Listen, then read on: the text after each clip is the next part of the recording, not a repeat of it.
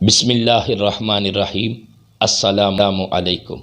رمضان المبارک کا مہینہ اللہ تعالیٰ نے ہمیں عطا کیا ہے اور ہم اس ببرکت مہینے میں روزے بھی رکھ رہے ہیں۔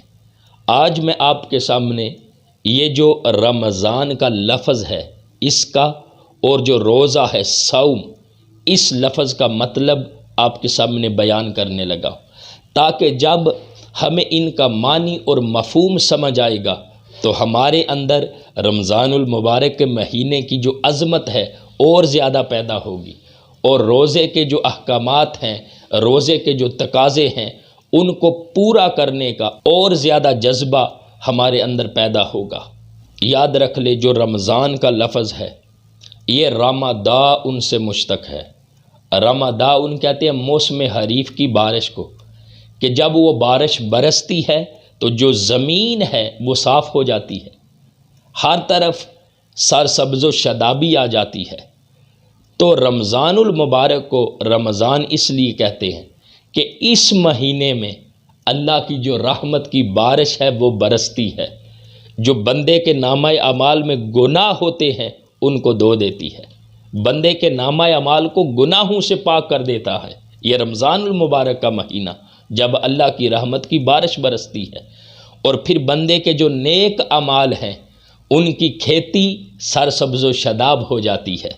اور دوسرا جو رمضان المبارک کا مادہ اشتقاق ہے وہ ہے رامادن، را میم اور داد۔ رامادن کا مطلب ہے گرمی یا جلنا، اور رمضان المبارک کو رمضان اس لیے کہتے ہیں کہ اس مبارک مہینے میں مسلمان بھوک اور پیاس کی جو شدت ہے، تپش ہے، اس کو برداشت کرتے ہیں۔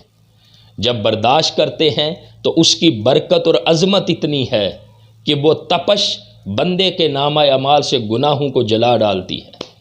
اس لیے اس مہینے کو رمضان کہا جاتا ہے کہ اس میں بندے کے نیک اعمال کی کھیتی سرسبز و شاداب ہوتی ہے اور بندے کا نامہ اعمال گناہوں سے پاک ہو جاتا ہے۔ یہ جو ہم روزہ رکھتے ہیں، اپنی زبان میں ہم روزہ کہتے ہیں، عربی کے اندر قرآن مجید کے اندر یا حدیث مبارکہ کے اندر صومن کا لفظ آیا ہے، سیامن جو صومن کی جمع ہے وہ بھی آیا ہے، لیکن صومن اس کا لفظی مطلب ہے لغوی اعتبار سے رکنا، باز رہنا، سیدھا ہو جانا، چھوڑ دینا۔ دیکھیں نا، جب دن عین سورج نصف النہار پر ہوتا ہے تو دن کے وقت وہ جو سورج نصف النہار پر آتا ہے تو تھوڑے لمحے کے لیے دن رک جاتا ہے، اس کو کہتے ہیں صوم النہار۔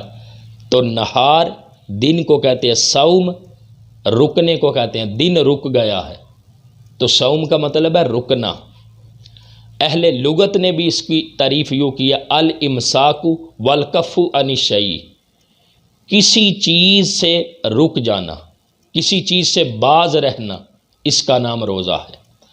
اب اصطلاح شریعت میں جب دین اسلام کی تعلیمات کے احکامات کے تناظر میں ہم اس کو دیکھتے ہیں تو اس کا مطلب یہ ہے کہ جو مسلمان روزہ رکھتا ہے وہ اللہ کی رضا کی خاطر کھانے پینے والی تمام چیزوں سے اور ازدواجی تعلقات قائم کرنے سے اپنے آپ کو روک لیتا ہے، باز رکھتا ہے اپنے آپ کو، اور اللہ کی رضا کے لیے اس کی عبادت اور بندگی میں کمر بستہ اور سیدھا ہو جاتا ہے۔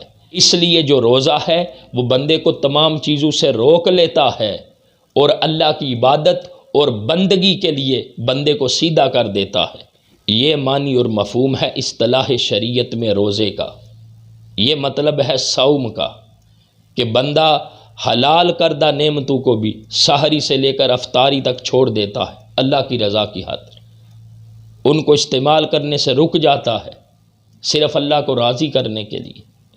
تو اگر بندہ اس طرح روزہ رکھے، ماہ رمضان المبارک کا ادب و احترام کرے، تو بندے کے جو نیک اعمال ہیں وہ بڑھ جاتے ہیں، اس کے نیک اعمال کی کھیتی سرسبز و شاداب ہو جاتی ہے اور بندہ گناہوں سے پاک ہو جاتا ہے اور اللہ تعالیٰ کی رحمت کا مستحق بن جاتا ہے۔